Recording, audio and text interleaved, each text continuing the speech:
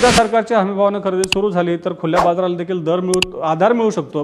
कारण सध्या शेतकरी थांबलेत, म्हणजे ज्यांचं सोयाबीन हे हमीभावानं घेतलं जाणार आहे, ज्या गुणवत्तेचं सोयाबीन असेल ते शेतकरी सध्या थांबलेलं आहे असं दिसून येतंय।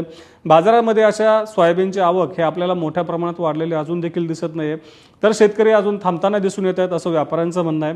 आणि खरंच शेतकऱ्यांनी ज्यांचं सोयाबीन एक FAQ दर्जाचं आहे, म्हणजे हमीभावानं खरेदी केलं जाऊ शकतं, त्या शेतकऱ्यांनी या परिस्थितीमध्ये जर सोयाबीन विकलं तर निश्चितच त्यांचं नुकसान होऊ शकतं।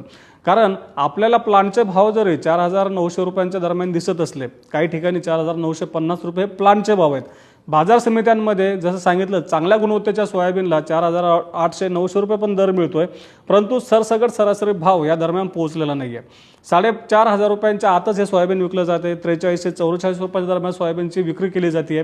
त्यामुळे जर आपला सोयाबीनची गुणवत्ता हमीभावानं खरेदी करण्याजोगी असेल तर आपण थांबावं। 15 नोव्हेंबरपासून सोयाबीनची खरेदी सुरू होणार आहे।